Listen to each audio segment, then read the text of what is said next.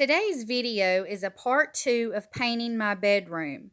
I chose the wall I would be working with and I prepped the area with drop cloths. I then pulled out any nails and patched those holes. This wall had a seam where the paneling was put together. I used the plaster to try to give it a more smoother looking finish. If you have paneling on your walls, you can putty the grooves and sand down for a smoother looking finish to look more like sheetrock. That process would have taken longer than I wanted on this project. I decided to only putty areas that had small flaws, like the seams in the paneling, for example. I just took my finger to apply this, and I was able to get into the groove a lot easier. I now have my ceiling painted in this one area.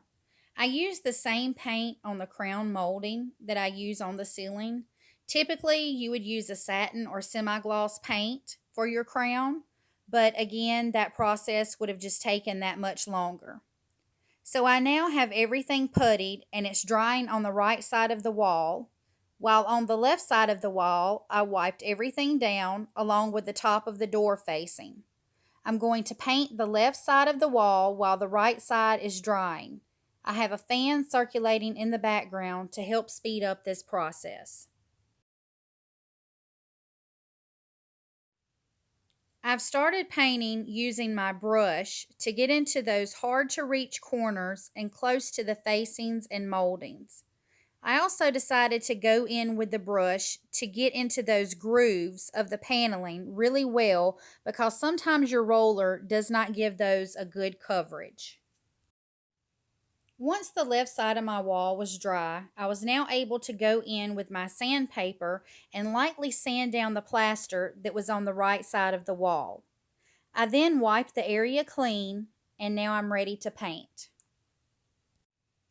I used masking tape to cover the shoe molding for the bottom part of the wall.